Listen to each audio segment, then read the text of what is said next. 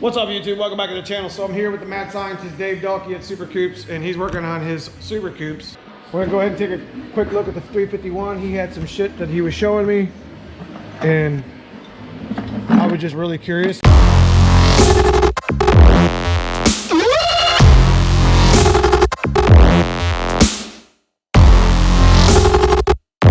So yeah, this is what Dave does.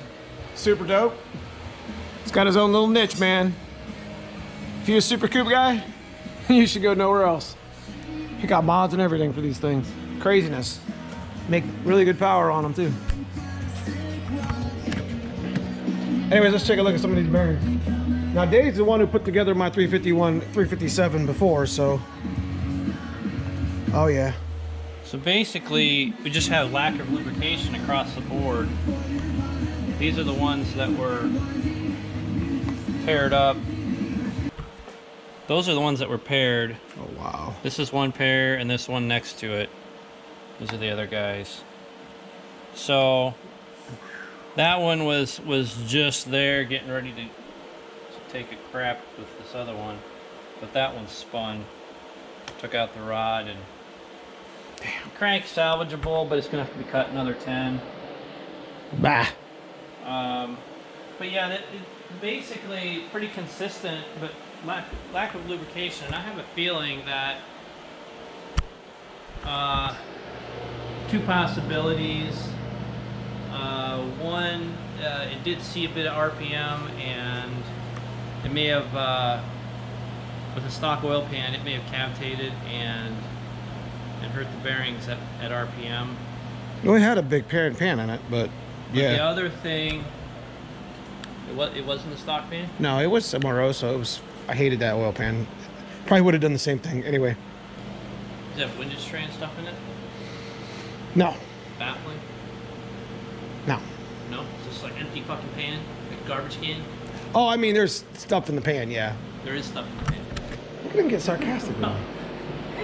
It's killing me. You tell me something. I'm like, I know what you're talking about. Jesus. So this is what happens. Look, this is what happens when you leave a motor sit with E85 in it. Look at this. You can feel that, okay? For real? Oh yeah, big time. Oh yeah. Okay. This motor had a lot of water in it. Not antifreeze, water. From the E85 sitting in the damn motor. Condensation, byproducts of combustion, trapped in the crankcase, mixed with the oil. Damn. Gaskets were fine. There was no sign. Well, I didn't see the gaskets, but on the block side here, there's no sign of any lifting or any kind of other crap going on. This is the crank down here? Yeah. Yeah. It wiped that journal. It didn't kill it, but it wiped it. You can feel it. So. Holy crap, what happened to this rear main? Some jackass was doing steel work. I don't know. Okay. You have to edit that out. No, I'm not going to edit shit. Yeah, that's the worst rear main seal I think I've ever seen. Well, it's got a sleeve on it. I did this. Underneath the seal that's actually stuck itself to that. You must have put it on dry. No. No? Do you have sex dry? What? Just kidding. You lube your condoms too? Hey, man. Anyway, I'll probably edit that one. I don't know. So, I mean, I don't see anything. The main bearings all look kind of the same. They're in good shape, but they've been tagged, every one of them, you know. Mm-hmm. And they didn't. Cam looks good though. But you didn't lose a main bearing. That's good. You just lost a rod bearing. So. Where's the rods at? Let's take a look at that. One of them's a little crooked. He said a little crooked. It isn't hair, bro. Now YouTube sees it. You know, if you cut your hair short, it looks less bald. Anyway. Why you have to put the camera in the back of my head? Yeah, these look good. So I would say that since they all look like this, ring seal was very good because we have no discoloration below the top ring. Nice. On any of them. Oh boy. Which rod was Bottom sides of the pistons look like brand new. Oh yeah. So there wasn't any excessive heat or anything. 5 years, bro. This isn't even a blower piston. This is just a regular piston with a pretty Pretty high top ring land, but we didn't hurt anything there. That's didn't care. That looks good. So anyway, pins all feel nice. Is that the mount one? Yeah, you can see that it's rod is a little bit. There you go. A little bit twisted. For sure. And there's another one that's got an S curve in it. That's beautiful. I don't know which one it was. We could edit it. Needless to say, we can't use these rods or this crank again. I mean, I'm done with them. Right? Yeah, these rods are done. They're kind of rubbery anyway. So, I mean, so here you go, folks. These are the 351 football rods, right? Yeah. These are what they call the football rods. Those are exactly the same as a Super Coupe rod, by the way. Super Coupe. Can't football. tell the difference. Look at that. What number is it? FODE? But is that a 5-stroke or 3-inch stroke? Or because that's all 3.8 is missing 2 cylinders from a 351, isn't it? No. But I'm just saying, look how close those rods are to each other. Oh yeah. The V6 rod's almost identical. Damn. It's just 40 thou shorter. Wow. Anyway. There you go. It gets pretty serious with this stuff, but you know, he's pretty much a one-man band here.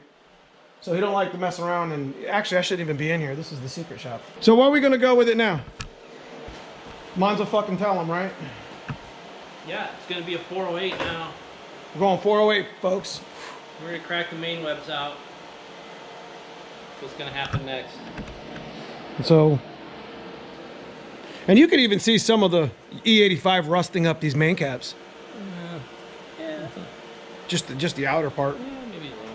But yeah, we're going 408. But we're gonna have to go. There's a little catch to it. It's gonna be like a 410 because we gotta go 40 over just to true up the block. Well, yeah, we gotta clean up the mess in there. Right. So we're gonna use the same cam. Put new lifters on, or new cam bearings in, I'd imagine. Well, yeah, just new bearings. That's all. Everything else will be the same. So I mean, that's where we're at, folks. I mean, we're gonna get this shit done in a hurry. You're gonna see another video of me pretty much picking this damn thing up. I mean, we're gonna set the rev limiter at 62 this time.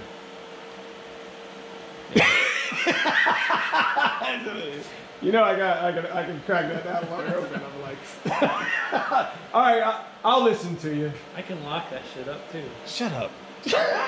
Anyways, 408, 410. It's got a longer stroke, so it's not really a RPM type of a motor, right?